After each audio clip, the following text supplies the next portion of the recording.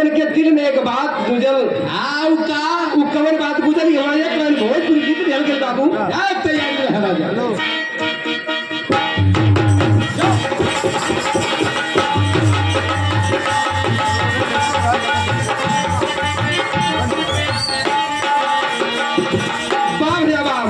गीत कि नकाबे हुस्न मुसलसल उठाई जाती है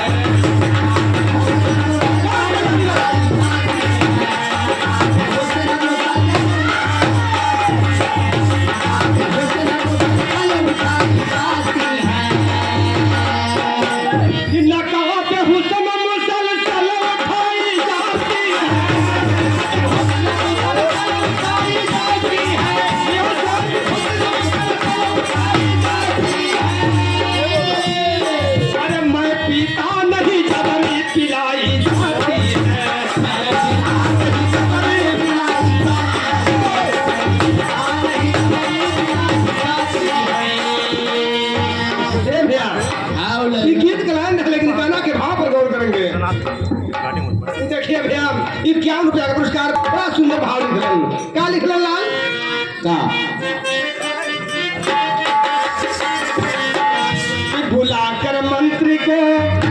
कि बुला के मंत्री को राजा तब बताए हैं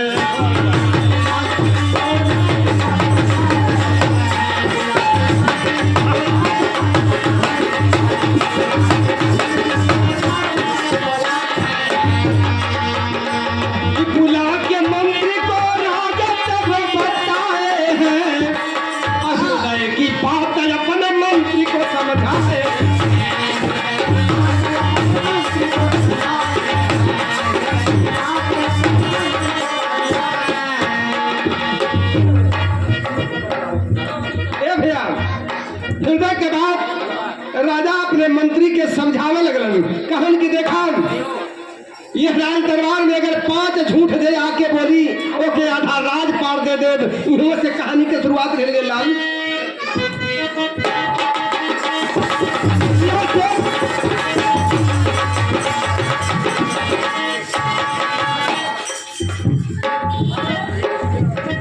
देखा लड़का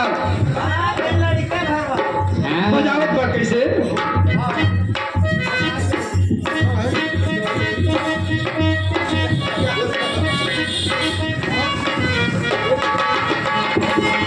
कहना है बाबू राजा मंत्री साहब से कहलन कि देखा 5 झूठ दरबार में आके जे बोली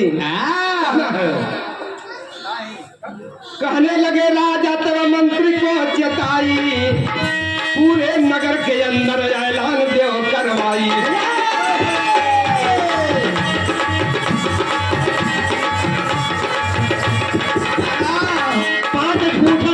पांच झूठ दरबार में जो आके बोले भाई आधा राज दे दूंगा वह लिख ले करवाई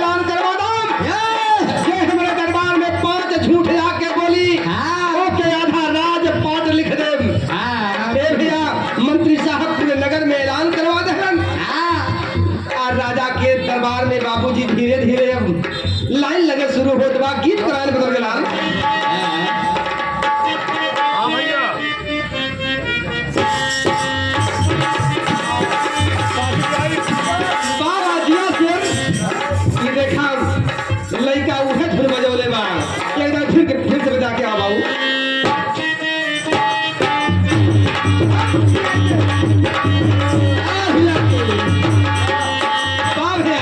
ई लड़का उहे धुन बजेले बा कि बुढ़वा मलाई खाला बुढ़िया खाला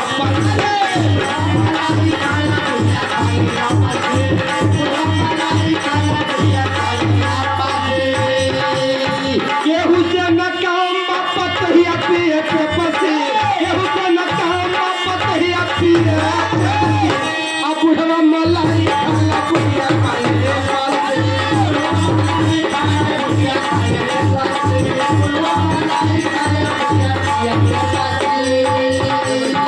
गीत कलान है बाबू अस्थाई में। जब भाषण हो तो बहुत अस्थाई। ये गीत कलान लेकिन गाना के भाव पर गौर करेंगे। कहना है क्या कि सुन के खबर सब लोग जुटे आके, सुन के खबर सब लोग जुटे आके, सुन के खबर सब लोग जुटे आके। अरे मनवा का पतिया सब हिया में छिपा के, मनवा का पतिया सब हिया में छिपा के। अरे सुन के खबर सब लोग जुटे आके, सुन के खबर सब लोग जुटे आके, सुन के खबर सब लोग जुटे आके।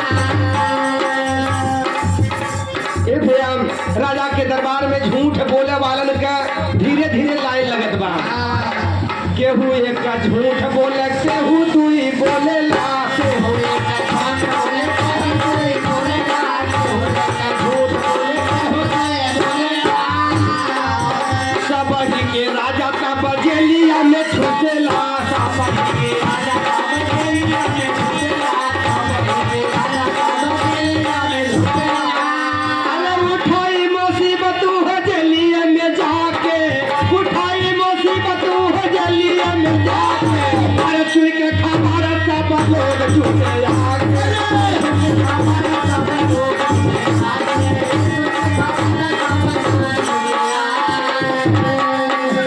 राजा के दरबार में बड़ी लंबी कतार लग गए बाबू झूठ बोले वालन के। हम लोग इहो सब देखा गई लहन बाबू। ढोलक मास्टर और कोर्स वाले हैं वह दरबार में पहुंचल रहलन। ये बतावत हो अपने, लेकिन अहन बात का नतीजा का भेल हम बतावत है। खुश दिल लग जा लिया ए भैया गीत कराने बदल गलाल बढ़िया गीत से सुंदर कवि जी भाव बड़ा बढ़िया लिखत हुन कि पूरे नगरिया में, अरे पूरे नगरिया में मचल हाहाकार हो रजनवा के बात। अरे लागल बा कतार हो रजनवा के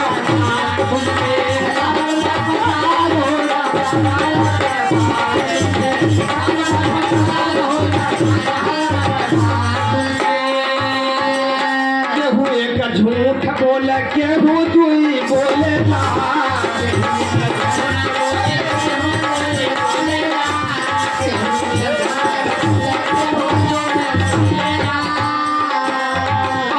के राजा का बजेलिया में घुसेला, के राजा का बजेलिया में घुसेला, के राजा का बजेलिया में घुसेला। और चकरी चलावे जाके, चकरी चलावे जाके जेलिया मझार हो रजनीत बात सुन के लागल बात कतार हो रजनीत बात सुन के। राजा के दरबार में बड़ी लंबी कतार लग गई। राजा के एगो शर्त रहल कि जे झूठ ना बोल पाई ओके जेल के अंदर में डाल दे। राजा साहब का मुखिया मंत्री चौकीदार सिपाही सब लोग बैठावल रहलन, जैसे आप लोग बैठल हुआ। हम झूठ बोले वाला है, हमरे बात के आप लोग सही करे बदे बैठल रहला। राजा साहब के मुखिया मंत्री चौकीदार सिपाही सब लोग हमरे बात के सही करे बदे बैठल रहलन कि अगर ये बात सही हो जाए तो जेल के अंदर में ठूस दे, राज देहले से छुट्टी मिल जाएगी। नतीजा निकल का ये भैया उहे भागीत के भाव लगल। बाबा अरे भैंस चरावत यादव रहल सिवनिया हो,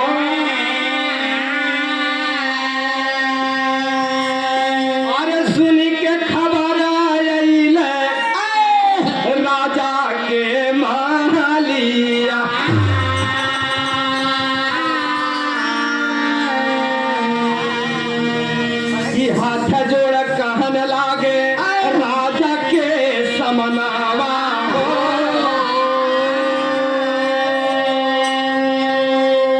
अरे पाँच गो झूठा हम बोलब ही घरिया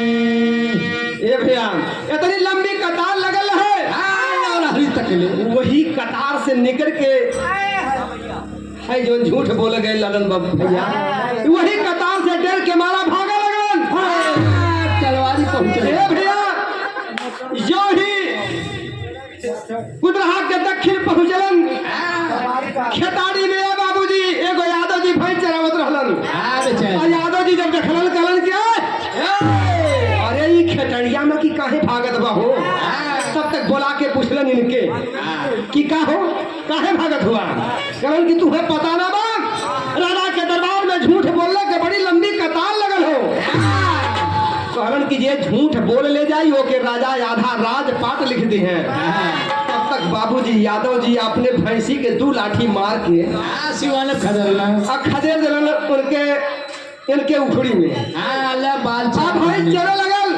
और यादव जी लाठी ले करके राजा के दरबार में पहुंच गए कहलन कि राजा साहब 5 झूठ हम बोलब राजा साहब कहलन पहले शर्त याद कैलाम अगर 5 झूठ में कोई झूठ सही हो जाए तो तुम्हें जेल में ठुसा दे यादव जी कहलन की मंजूर बा कहलन की जब मंजूर बा तो 5 झूठ 5 दिन में बोले के बा यादव जी कहलन तब तो और बढ़िया बा यादव जी बाबूजी आप लोग से हाथ जोड़ी बा जितना लोग बैठल हुआ इतना लोग हमरे लिए भगवान स्वरूप हुआ और यह भगवान स्वरूप में हमारे वरिष्ठ बाबा जी बैठे हैं मैं इन्हें यथोचित प्रणाम करता हूँ और आशीर्वाद का प्रतीक्षा करता हूँ यादव जी पहले का झूठ बोले जात हुए भैया यादव जी पहले का झूठ का बोले थे गीत कलाल बजगलाल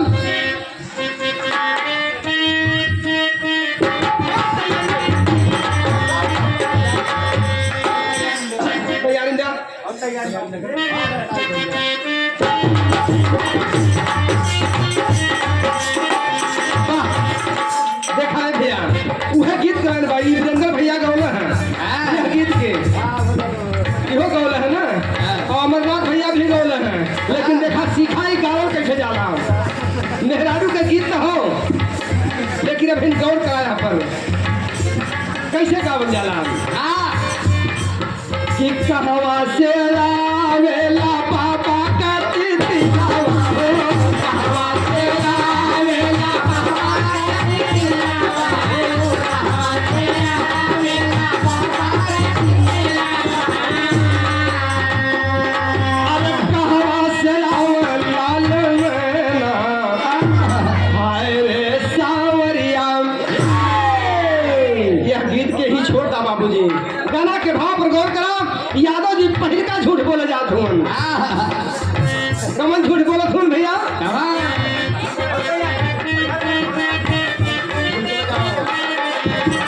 सूखा पड़ी गई राजा ये ही जबना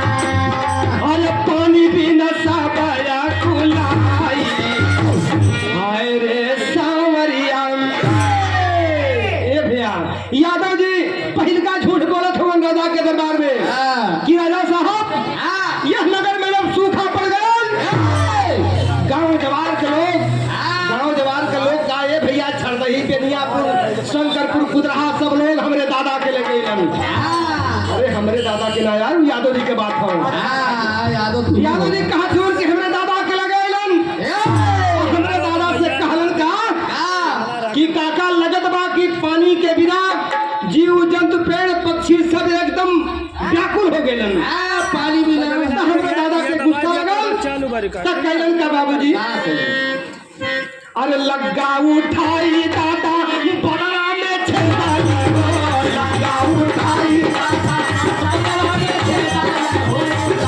उठाई अरे पानी बिना मुसलाधार पानी बरसा भाई अरे सांवरिया यादव जी कह कहलन कि देखा हम हमरे दादा के लगे सब लोग अलन, अब कहलन कि पानी के बिना सब व्याकुल हो जाई। तो हमरे दादा के गुस्सा लगल बाबू, अब उठौलन लगा, अब मलन हटाक से बदले में छेद हो गया, मूसलाधार पानी बरसे लगल बाबू। लेकिन तब है का कि जब की हो पानी आया फीका होई गई, की हो पानी आया फीका होई गई, हो पानी आया फीका होई गई। अरे भारत से माटी फेंक जाई, हाय रे सांवरिया। जब पानी बहुत अधिक हो गए तो हमरे दादा के लगे गांव जवार क्षेत्र को लोग अलन, कहलन की काका लागत बात ना पानी हो गए कि प्रलय हो जाई। तो हमरे दादा के गुस्सा लगल और उठौलन एक फरफा माटी, अब मलन हटाक से खटाक से बदल में चढ़ गए, एक चाली माटी उठौलन, पानी बंद हो गए बाबू। अब राजा साहब से मुखिया मंत्री चौकीदार सिपाही सब लोग कहलन करे बाप रे बाप, ई तो ये दउआ एकदम झूठे बोलत बा। तब तक वही में से एक मंत्री कहले बा कि यादव जी जौने लगवा से तोहार दादा छेदले रहलन, उ लगवा कहाँ गल? यादव जी कहलन कि राजा साहब जौन 300 हाथ के तोहार बंगला बनल बा, जितना ही यानी कोरे और बड़ेर सब लगल बा, वही के लगल बा जौन 300 हाथ का बंगला छोड़ले हुआ। ए बाबू राजा साहब के मुखिया मंत्री चौकीदार सिपाही सब लोग अवाक हो गए। यादव जी लाठी लेकर के अपने घरे गए। हाँ भाई चेरावे आए भैया। दूसर के दिन यादव जी भैंस लेकर के अलन और यही छरदही गांव के दक्षिण बड़हारा में छोड़ दिलन भैया। और भैंस छोड़ के राजा के दरबार में पहुंच गए। राजा से कहन कि राजा साहब या दूसर के झूठ के पारी हो, गीत का लाइन बदल गया।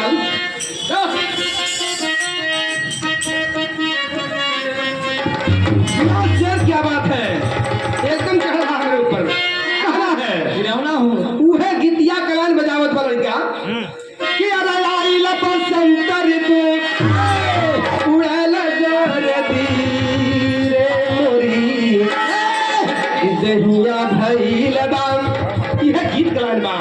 लेकिन गाना के भाव पर गौर करेंगे बाबू। यादव जी दूसर का झूठ बोलत हो उनका, और खेतवा में दादा मोरे चलाव हारवा हो, जबकि भइल राजा नवा कमटौ का पहारा हो, जबकि भइल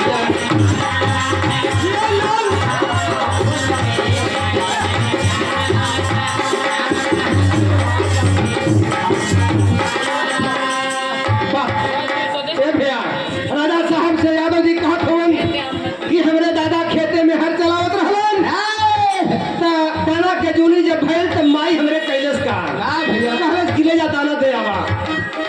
या मैं रोटी लेके गईली वही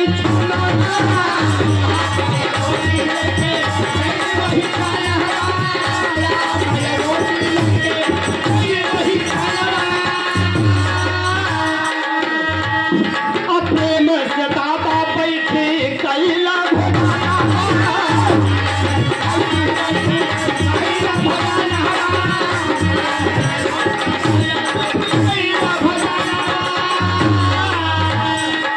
पिठिया पे किसुली जमा के लुटल लहरा हो, जबकि भइल रजानवा। क्या बात है भैया। यादव जी कहलन कि हमरे माई आम ये रोटी देहलस, अतनी भर चटनी दे देहलस कि ले जाई मोट रोटी आ चटनी अपने दादा के दे दिया। पक्का आम जब चटनी रोटी खा ली है तो पक्का आम दे दिया, एगो बदवा में चूस ली है। ए बाबू दशहरी देखा इनके जानकारी बा, इस साथ में रहलन बाबू। तो दशहरी आम भैया चूस के खाए लगलन दादा हमरे, तो अपना चूसलन की जब अमवा के दबौलन तक किशोरिया निकल के दहने बरधा के पिठिया पर गिर गया, सूत लाई छोड़ अब पिठिया पर जाम गए,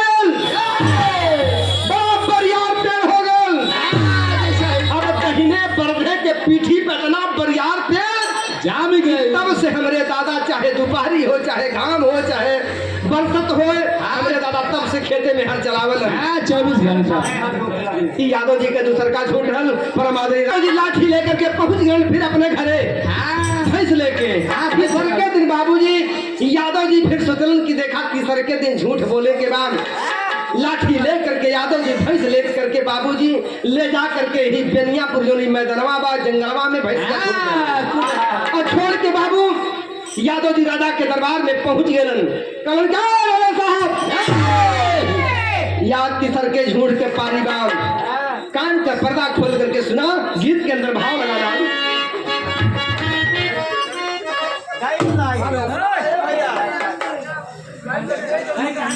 वह भाव बाम गीत के अंदर गाना के अंदर भाव लगा क्या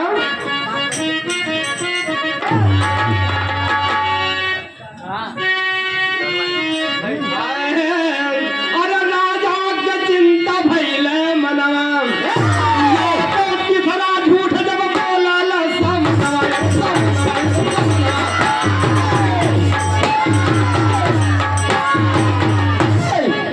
यादव तीसरा झूठ जब बोले समनवा राजा की चिंता भइले मनवा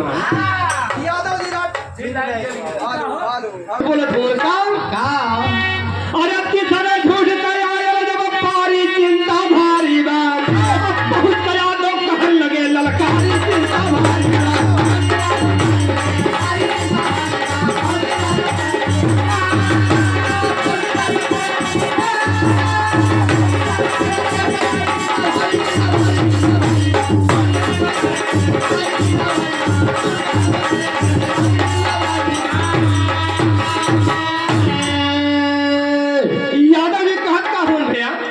यादव जी राजा के दरबार में पहुंच गए लोग कहलन की देखा याद तीसर के झूठ का पारी बाम लाठी लेकर के बाबूजी पहुंचलन तक कहत हो उनका कि अरे कटाई बराबर दादा हमरे कहलन की जौन खटवा जोतले रहन दादा हमरे जोती बनाए के फिट गइले रहन वही खेतवा में मेरे दादा करत का हुन कि अरे कटाई बराबर दादा हमरे गड्ढा देहल खोदवाई हो और एक चना बोई के दादा गड्ढा देहल तो पवाई हो अरे 900 जोजन में फैलल पत्ता तारी चिंता भारी बा और यगवा का तब कहने लगे ललकारी चिंता भारी बा कलवारी तक ले ए भैया ई का करबा ले लड़के तो वह चनवा पर चढ़ चढ़ खाए हमरे तोहरे वाले जो सयान रहे वो लड़की से झोंक कर खाए हम के ना कहा थे यादव जी बताओ तो हमें राजा के दरबार में तो राजा के दरबार में चौकीदार मुखिया मंत्री सिपाही बैठा बल्हलन कारण की कहो वो चनवा तो भयल का कारण की इतना ना राजा साहब और गमा सुना अरे 3 साल कटले ढोले में लगी गई ले हो और 900 उठन का दादा हमरे अरे दौरी तब न धोवल हो अरे 3 उठ के पता न चला करारी चिंता भारी बा और ये का दादा गई ले हमरे हारी चिंता भारी बा कहला ने भैया 900 ऊँट कहवे गई 3 साल वह चना के कटले ढोले में लग गए और 900 ऊँटन के दादा हमारे दौरी न धोवा दहलन दावत और जब दाएं जहलन तो भैया हो 3 ऊँट वह दौते में हेरा गए गायब हो गई दादा हमारे बहुत खोजले लेकिन 3 ऊँट ना मिलने लेकिन राजा साहब का मंत्री चौकीदार सिपाही सब लोग कहन कि अरे यार तुम उठवा कैले कहा कवन के हे राजा साहब अरे वो जब चनवा झाड़ गए तब बोना मिल ना भैया कवन तब का भेल कवन की वो चनवा जब हुआ साई गए तब बोना मिल जब वो चनवा के बोरा में भर गए तब बोना तब मिल तब और सिलाई मार ठोक भैया बोरा का सिलाई हो गया तब ना मिलन लेकिन जब हमारे माई वो चनवा के ताल दर लगल हमारे माई ना यार वो यादव जी के बात हो जब चनवा के ताल दर लगल तब वो ना मिलन लेकिन चौकीदार मुखिया मंत्री सिपाही सब लोग कहते हैं कि अरे यार तक गईले कहाँ कलन की अरे भैया चिंता मत करो बताओ भाई कलन की देखा जब जब वो चनवा के हमरे माई चूल्ही पर चढ़ा के दाल बनावे लगल, हाँ गरमौली जब गरम भइल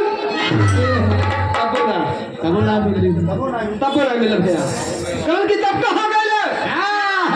कहलन कि जब दलिया हो गए तब वो ना मिलन। माई हमरे वह दलिया के जब दादा खाए बैठल है, हाँ थरिया में बहिरा देलिन तब ना। कहलन कि अरे यार ये दउआ तो गजबे करत बा। कहलन कि हाँ राजा साहब, जब हमारे दादा दाल या रोटी सान के क्यों ही कवर उठौलन और क्यों तीनों उठवे निकल कर लगल भागे। ए भैया यादव जी के बात सुन के राजा साहब के चौकीदार, मुखिया, मंत्री, सिपाही सब लोग अवाक हो गए। मन में चिंता हो गया, अब तो नहीं ले बाप लागत हो यह यादव के आधा राज पाड़ दे देवे के बनी। नतीजा निकल का बाबूजी आल्हा कराए लगल।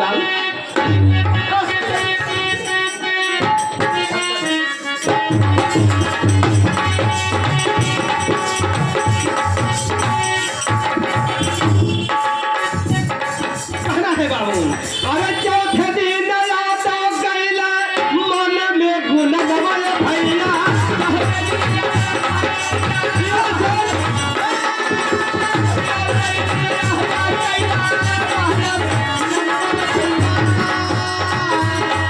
अरे मनवा में चिंता ताका भयल भरिया।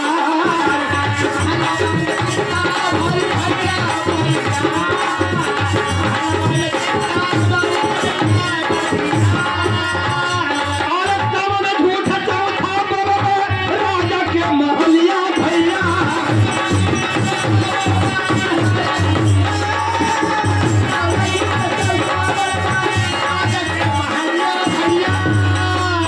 अरे सपना में सरस्वती जी कैली जहार।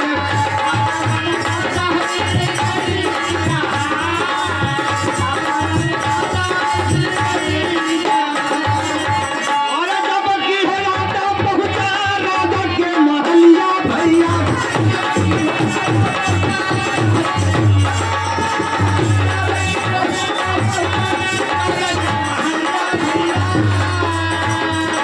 अरे पचमे दिन राजा तब कैले जहार।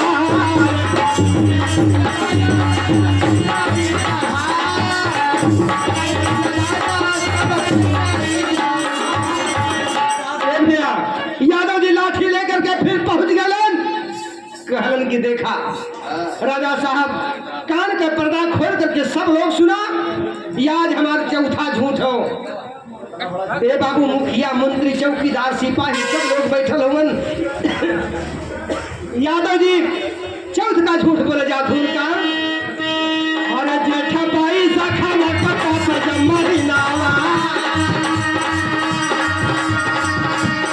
अरे जब की हो घमवा बोला परिया। अरे घमवा के दादा हमारे कोटरी बना के। अरे बांधी बांधी रखी दहले कोठरी मजा। ये माथा पूसा वाला जब आवे लमुना। जब की हो ठंडिया पारे ले धुआं।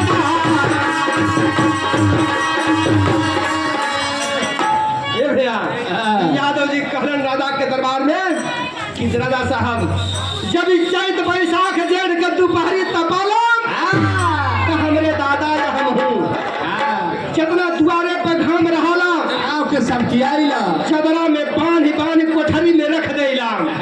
और जब माघ पूछ के तुषार पड़ाला तो हम हूँ हमरे दादा वही कोठरी में घुस जाइला।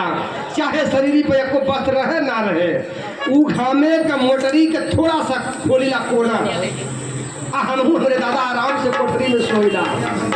अरे बाप रे बाप, इतना बतिया जब राजा साहब के चौकीदार, मुखिया, मंत्री, सिपाही सब लोग सुनलन। करन के रे बाप रे बाप, आई लागत बा अब साचो में यादव के राजा आधा राज पाट दे देवे के परी। तो कैलन का ये बाबू, राजा साहब एक मीटिंग कैलन, आखिरी का लाइन लाल।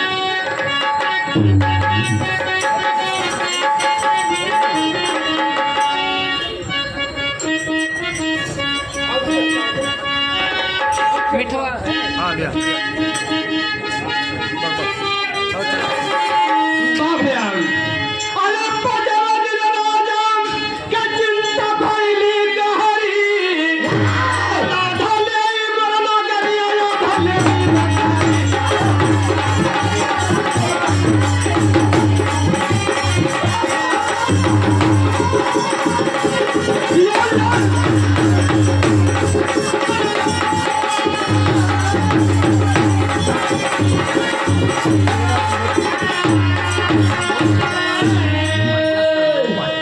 चौकीदार सिपाही मुखिया मंत्री सब लोग राजा साहब की इकट्ठा करके कहलन काम कहल राजा तब सबके जताई और जवन कुछ यादव बोली है ओके सही कही हा भाई।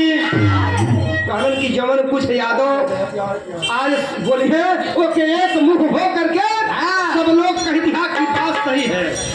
अरे तो पहुंच गए यादव तब राजा के पगड़ी आधा ले मोरे नगरिया आधा ले बखरी। राजा साहब कहने की जब आप लोग कह देबा की बात सही हो चाहे जब झूठ बोली है या आप लोग एक मुंह होकर के कहिएगा कि यह बात तो सही है तब तक सिपाही लोग रही है यादव जी के पकड़ के जेल में डाल दी है। लेकिन हमारे धन हो भगवान की माया यादव जी पचवा झूठ बोले जात हुन। आप लोग पचवे झूठ पर गौर करेंगे। यादव जी कहत का हुन यही से कहल गए कि केकर किस्मत कैसे बदल जाला कि केहू जाना लाना कहना है बाबू आखिर लाइन में या भैया।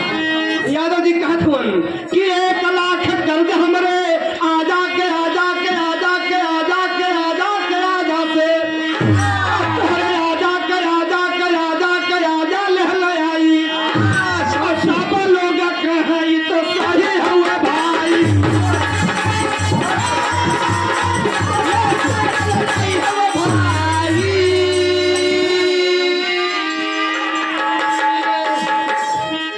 यादव जी कहन के 1 लाख कर्ज हमरे आजा के आजा के आजा के आजा के आजा के आजा से ले आई है बतिया सुन के चौकीदार मुखिया मंत्री सब लोग कहलन ये बात तो सही है हो। कहलन जब सही है तो तब तक 2 सिपाही पकड़ लेलन यादव जी के और जब पकड़ लेलन तो यादव जी सिपाही के झाड़ रहलन खबरदार कहलन की अगर ये बतिया सही हो अरे तो सूद मूर जोड़ के चुकावा यही घरी और आधा ले मरना गरिया आधा ले बखारी।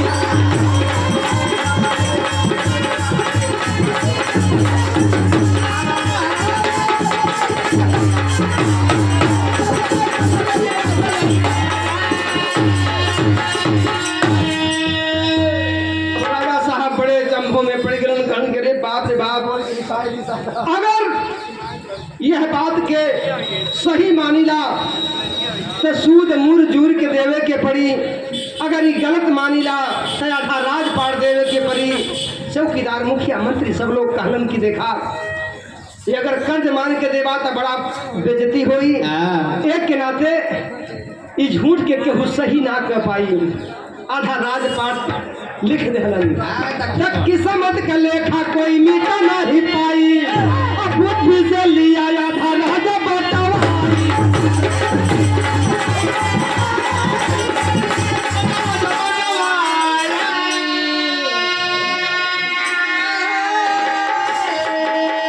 अरे धन्य भगवान धन्य माया तोहरी और आधा ले मोरे नगरिया आधा ले बखरी। आधा राजपाट राजा साहब का बंटवा ले रहे यादव जी तक कहना है गुरु बिहारी गुरु रमन की लहर गई फुलवारी।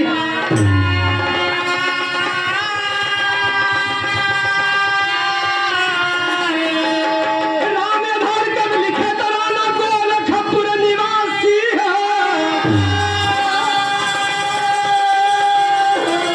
अरे राजा के चिंता भइल मनवा यारसी कपिल देव शारदा के कह चरना राजा के चिंता भइल मनवा।